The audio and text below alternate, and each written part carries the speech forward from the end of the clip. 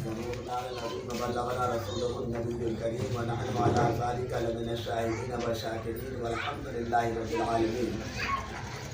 محترم سامعین کرام، آج بھی ہمارا بلکہ تمامی حضرات اہل سنت والجماعت کے مطابق تلاوت قرآن کردہ پہ روشنی ڈالنے سے بیشتر گفتگو آغاز کرنے سے قبل حقائی نامدار مدنی تاجدار ہم غریبوں کے غمگسار دونوں عالم کے مالک و مختار بزم نبوت کے علم بردار اللہ کے پیارے دائی حلیمہ کی آنکھوں کے تارے دوجک کے سہارے ٹوٹی ہوئی چٹائی پر آرام فرمانے والے ڈوبی ہوئی کشتی کو تیرانے والے لمبے لمبے ہاتھوں سے بھیگ دینے والانے والے سید الرسول جنت کے پھول مولائے کل حضور ختم رسول جناب محمد رسول اللہ صلی اللہ تعالیٰ علیہ وسلم کی بارگاہ بکس پناہ میں جھوم جھوم کر بآواز بلند درود پاک کا نذرانہ پیش کرے. اللہم صلی علی سیدنا مولانا مرحبا بارک وسلم صلاۃ و سلام علیک یا رسول اللہ. محترم حضرات، اللہ تبارک مطالعہ قرآن پاک کے اندر ارشاد فرماتا ہے الا ان اولیاء اللہ لا خوف علیہم ولا هم یحزنون، جس کا ترجمہ یہ ہے اللہ فرماتا ہے الا کے معنی کیا ہے؟ خبردار. الا کے معنی ہے خبردار. اب اللہ تبارک مطالعہ نے سب سے پہلا لفظ خبردار کیا. خبردار کیوں کیا؟ اللہ نے خبردار اس لیے کیا ہے. اب دنیاوی معاملے میں آ کر دیکھیے، بجلی کا کھمبا لگا ہوا ہے گھر کے سامنے، اس کا تار جوڑ کر دوسرے پول سے لایا گیا ہے، دوسرے پول کا کنیکشن تیسرے پول سے ہے، اس پول کا کنیکشن ٹرانسفارم سے ہے، اور وہاں پر ایک تختی لکھی ہوتی ہے جس کا لال رنگ کی ہوتی ہے وہ تختی، اور اس پر لکھا ہوتا ہے خطرہ. اس پر کیا لکھا ہوتا ہے؟ خطرہ. مطلب یہ ہے کہ یہ بجلی ہے، اس میں کرنٹ ہے، اس سے الجھنا مت، بڑے ہی محبت سے اس پہ سے تار جوڑ کر پول پہ لینا، اب پول پہ دوسرے پول میں، دوسرے پول سے تیسرے پول میں، یہاں تک کہ اپنے گھر میں لے جانا اس کے تار کو، اور اس پہ بلب لگا کر کے اندھیرے گھر کو اجالا کرنا، مگر اس بجلی کے تار سے الجھنے کی کوشش مت کرنا، کیونکہ الجھو گے تو جان کا خطرہ ہوگا. اس لیے لکھا ہوتا ہے خطرہ. اب یہاں پر اللہ نے فرمایا اعلیٰ. اعلیٰ کے مطلب کیا ہے؟ خبردار. خبردار کیا ہے کہ ہمارا یہاں سے کنیکشن کیا ہے؟ اللہ کے ولیوں سے، یعنی غوث پاک سے. اور غوث پاک سے کنیکشن ہم خواجہ غریب نواز اجمیری کی بارگاہ میں، اور وہاں سے ہم کنیکشن لیں گے تو صابر کلیری کی بارگاہ میں، وہاں سے کنیکشن لیا تو اعلیٰ حضرت بریلی شریف کے اعتبار سے، یہاں تک کہ ان اولیاء کرام سے کنیکشن لے کر اپنے اندھیرے دل کو اجالا کرو، لیکن اس اولیاء اللہ سے الجھنے کی کوشش مت کرو، کیونکہ اولیاء اللہ سے الجھو گے تو یہاں پر خطرہ ایمان کا ہے اور وہاں پر خطرہ جان کا ہے. اللہ تبارک وتعالی ارشاد فرماتا ہے الا ان اولیاء اللہ لا خوف علیہم ولا هم یحزنون، خبردار، ہوشیار، بے شک اللہ والوں کو نہ کوئی غم ہے، نہ کوئی خوف ہے، نہ کوئی حزن ہے، نہ کوئی ملال ہے.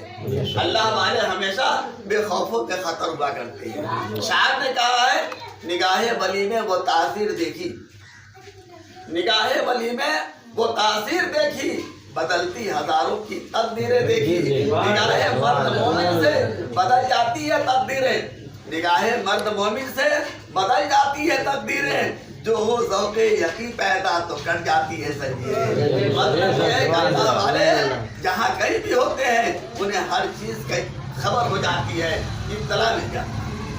حضور غوث اعظم سیدنا شیخ عبد القادر جیلانی رضی اللہ تعالیٰ عنہ انیا بغداد میں تعلیم حاصل کر رہے تھے. سبحان اللہ، ذرا توجہ.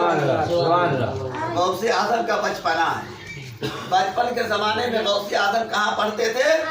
بغداد کے مدرسہ نظامیہ میں. طالب علم کا دور تھا. انہیں ایک الہام ہوا کہ جنگل میں ایک اللہ کے ولی ہیں، ان سے ملنے کا شوق پیدا ہوا. حضور غوث اعظم کے بچپنے میں جب شوق پیدا ہوا تو ان سے ملاقات کے لیے نکلے. جب نکلے تو عبداللہ تمیمی ایک کتاب ہے جس کا نام بہجت الاسرار ہے.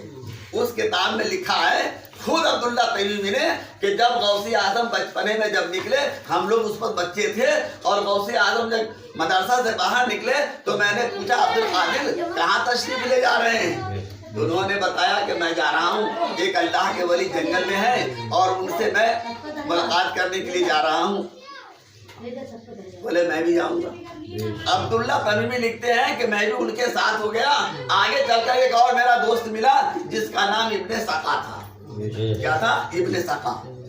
انہوں نے کہا بھائی آپ دونوں کہاں جا رہے ہیں؟ بولے ایک اللہ کے ولی جنگل میں ہے، ان سے ملاقات کے لیے چل رہے۔ بولے میں بھی چلوں گا۔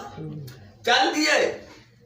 عبداللہ تمیمی لکھتے ہیں عبد القادر جیلانی غوث اعظم چل رہے ہیں، ساتھ میں بھی چل رہا ہوں، اور تیسرا میرا دوست ابن سقا بھی چل رہے ہیں۔ راستے میں چلتے چلتے عبداللہ تمیمی لکھتے ہیں کہ میں نے کہا کہ میں جا رہا ہوں اس ولی کی بارگاہ میں اور وہاں جا کر ایک سوال کروں گا اور دیکھو کیا جواب ملتا ہے۔ اب میرا دوست جس کا نام ابن سقا تھا، انہوں نے کہا کہ میں تو جا رہا ہوں اس ولی سے ملاقات کے لیے، لیکن میں ایسا سوال کروں گا کہ وہ تھرا جائیں گے، میرے سوال کو سن کر کانپ جائیں گے۔ عبد القادر جیلانی غوث اعظم فرماتے ہیں کہ میرے دوستو تمہارے سوال تو درست ہے مگر بے ادبی بھرا ہوا اس میں اس ولی کی بارگاہ میں پہنچ کر یہ دیکھوں گا کہ مجھے کتنا فائدہ ملے گا، یہ الفاظ میں کتنا ہے، کتنا مٹھاس ہے۔ ہمارے غوث اعظم فرماتے ہیں کہ اس ولی کی بارگاہ میں، اللہ والے کی بارگاہ میں جا کر دیکھوں گا مجھے کتنا فیض ملتا ہے۔ اب جب پہنچے اور اس جنگل میں جب گئے تو اس ولی کو دیکھتے ہی دیکھتے ولی غائب ہو گئے، کچھ دیر کے بعد میں ظاہر ہوئے۔